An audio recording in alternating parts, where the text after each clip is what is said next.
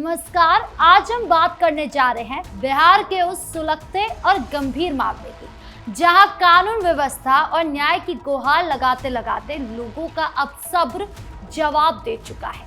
एक तरफ वो पुलिस तंत्र है जिस पर कई बार सवाल उठे हैं, खासकर भरत तिवारी एनकाउंटर मामले के बाद से, तो दूसरी तरफ राजनीतिक इच्छा शक्ति और सरकार का वो सख्त रुख भी है जिसने आते ही हालात को बदलना शुरू कर दिया है। आरा से लेकर पटना तक माहौल गरमाया हुआ है। भरत तिवारी एनकाउंटर मामले में अब कोर्ट का डंडा चला है और 11 पुलिसकर्मी के खिलाफ गैर जमानती वारंट यानी कि NBW जारी हो चुका है।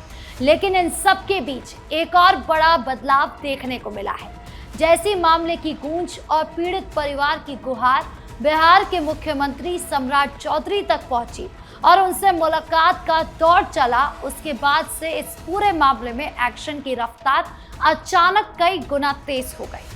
सवाल यह है कि आखिर कैसे राजनीतिक इच्छा शक्ति और प्रशासनिक शक्ति मिलकर न्याय की उम्मीद को जगा सकती है। ऐसे तमाम सवालों के जवाब इस एनकाउंटर की असल सच्चाई और बदलते हुए राजनीतिक और प्रशासनिक समीकरण को समझेंगे हमारे खास शो प्ले एंड पॉज में, जहां मैं राधिका राज आपके लिए वीडियो को प्ले भी करूंगी, सही बात पकड़ने के लिए सही जगह पर पॉज भी करूंगी और इतिहास को जानने के लिए रिवाइंड भी करूंगी। तो चलिए बिना किसी देरी के शुरू करते हैं प्ले एंड पॉज।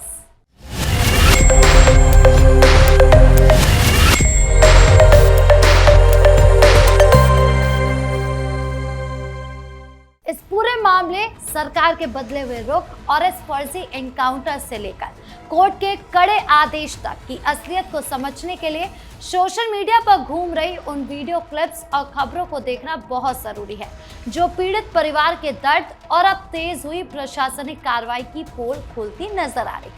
जब न्याय की आस में भटकते लोगों की चीखें सुनी जाती है और सरकार खुद एक्शन में आती है तो सिस्टम की तस्वीर बदलने लगती है। आइए एक एक करके इन सोशल मीडिया पोस्ट और जमीन पर हुई असली घटनाओं का पर्दाफाश करते हैं। अगर आप सोशल मीडिया पर वायरल हो रहे ये पहला वीडियो देखें तो आपको समझ में आएगा कि इस मामले में भरत तिवारी की मां का दर्द कितना गहरा था और कैसे उन्होंने न्याय की गुहार लगाई।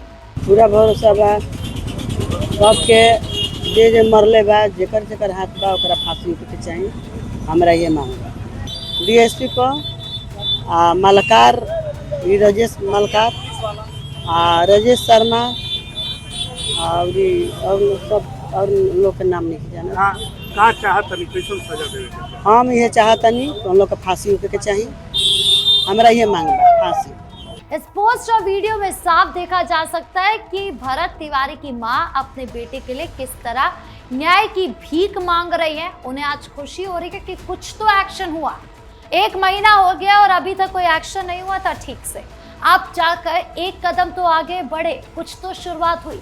आंखों में आंसू है, गले में रूंधे हुए शब्द है। ये बयां कर रहे हैं कि पुलिस ने किस बेरहमी से उनके बेटे की जिंदगी छीन ली। मां कह रही है कि मेरा बेटा कोई अपराधी नहीं था, उसे साजिश के तहत पुलिस ने घर से उठाकर फर्जी एनकाउंटर में मार डाला। महीने बीत गए हैं लेकिन इंसाफ के नाम पर सिर्फ तारीखें ही मिलती रहती है। अभी तक कोई एक्शन बड़ा नजर नहीं आया था, लेकिन जब पीड़ित परिवार ने अपनी ये पीड़ा बिहार के मुख्यमंत्री सम्राट चौधरी से मिलकर समझाई, बताई, उन्हें उन तक पहुंचाई, तो उसके बाद से समीकरण और जो काम के बदलाव थे उसकी जो रफ्तार थी वो धीरे धीरे बदलती चली गई। मुलाकात के तुरंत बाद प्रशासनिक मशीनरी हरकत में आ गई और जांच और कानूनी शिकंजा कसने की रफ्तार तेज हो गई।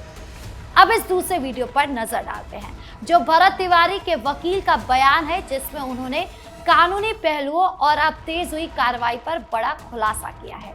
इसमें FIR में जितने लोगों के नाम हैं और गवाहों में जिनके नाम उजागर हुए हैं, सबके खिलाफ मैंने मांग किया था धारा 73 BNSS भारतीय नागरिक सुरक्षा संख्या धारा 73 के तहत नॉन अवेलेबल वारंट इशू करने और जांच की पूरी रिपोर्ट जो हमारा प्रेयर था वो ABCDEFGHIJK इतना प्रेयर था हमारा। ये पोस्ट उस सच्चाई को सामने लाती है जिसे पहले दबाने की कोशिश की जा रही थी। वकील साहब बता रहे हैं कि कैसे सम्राट चौधरी से मिलने के बाद इस मामले में एक नया मोड़ आया और प्रशासन ने भी अपनी सुस्ती छोड़कर तेजी से कदम उठाए। अदालत ने इस मामले की गंभीरता को समझते हुए कड़ा रुख अपनाया और अब दूध का दूध और पानी का पानी होने लगा। आरा में हुए इस कथित एनकाउंटर को लेकर शुरू हुआ बवाल अब सवाल में बदल गया। सुप्रीम कोर्ट के वकीलों से लेकर मानवाधिकार कार्यकर्ता तक इस मामले में बार बार भरत तिवारी के घर के पास दौरा कर रहे हैं। मीडिया रिपोर्ट्स और अदालत के दस्तावेजों के मुताबिक सीजीएम कोर्ट में अब कड़ा एक्शन लेते हुए एसडीओ समेत 11 पुलिसकर्मी के खिलाफ गिरफ्तारी वारंट जारी कर दिया गया है। आदेश बिल्कुल साफ है कि इन सभी आरोपियों को अदालत के सामने पेश होना होगा। सरकार के शीर्ष स्तर से जब संकेत साफ मिले कि कानून से ऊपर कोई भी नहीं है, तो पुलिस विभाग के अंदर भी अनुशासन और कार्रवाई का डंडा पूरी तेजी से चला।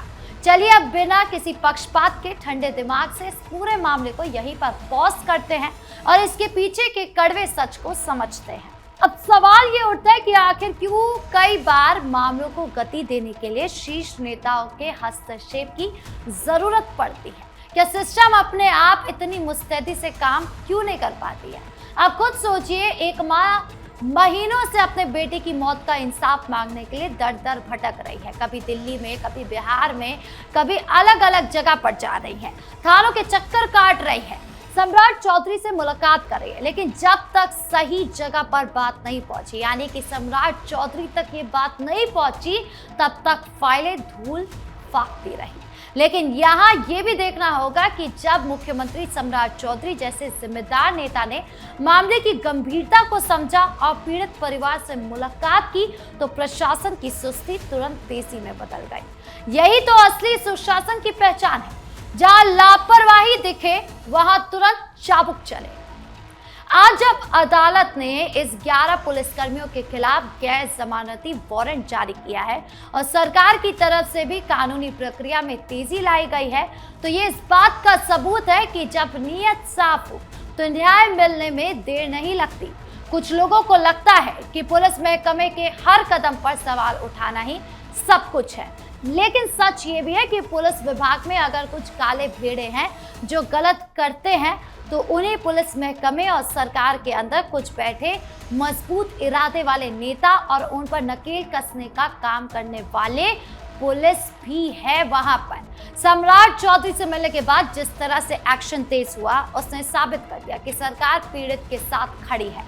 इस पूरे प्रशासनिक ड्रामे और बदले हुए एक्शन मोड को अच्छे से समझने के लिए आइए समय के पहिए को थोड़ा सा पीछे लेकर जाते हैं, यानी कि रिवाइंड करते हैं। अगर हम बिहार और देश के पुराने पुलिसिया और राजनीतिक इतिहास पर नजर डालें, तो पाएंगे कि जब जब जनता की आवाज अनसुनी होती थी, तब तक फाइलें बंद बक्से में चली जाती थी। यानी कि तेजस्वी यादव हो या लालू प्रसाद यादव हो, उनके वक्त में ऐसा ही होता था, जिसे जंगल राज भी कहा जाता है। पुराने समय में राजनीतिक संरक्षण के कारण कई मामलों में अपराधियों या गलत रास्ते पर चलने वाले अधिकारियों पर हाथ डालने से लोग डरते थे, क्योंकि जब जंगल राज की बात आती थी तो कभी भी सरकार ये मानती ही नहीं थी कि उनकी ओर से कोई गलती हुई है, उनकी ओर से अधिकारी जो हैं वो पैसे खाए हुए बैठे हैं। लेकिन यहाँ पर भरत तिवारी का जो केस हुआ, उसमें पुलिस ने अपनी गलती भी मानी, उसको लेकर एक्शन भी हो रहा है। जब से सम्राट चौधरी से मुलाकात हो रही है, आवाज उठाने वालों को दबा दिया जाता था उस दौर में, लेकिन वक्त और दौर बदल रहा है। आज की राजनीतिक व्यवस्था में अगर कहीं कोई कमी दिखती है, तो शीर्ष नेतृत्व तक बात पहुंचते ही एक्शन भी उतनी तेजी से होता है। भरत तिवारी एनकाउंटर मामले में भी यही देखने को मिला। परिवार की लंबी कानूनी लड़ाई और जब उनका मिलना मुख्यमंत्री सम्राट चौधरी से हुआ, तो प्रशासन की सुस्ती पड़ी चाल रॉकेट जैसी तेज हो गई। सुप्रीम कोर्ट के वकीलों का बिलाती दौरा करना, अदालत द्वारा एसडीओ समेत 11 पुलिसकर्मियों के खिलाफ NBW जारी करना और सरकार का सख्त रुख ये बताता है कि अब कानून की नजर से कोई नहीं बच सकता। इतिहास गवाह है कि जब राजनीतिक इच्छा शक्ति और न्यायपालिका दोनों एक ही दिशा में काम करते हैं, तो पीड़ित को इंसाफ मिलने का रास्ता भी साफ हो जाता है।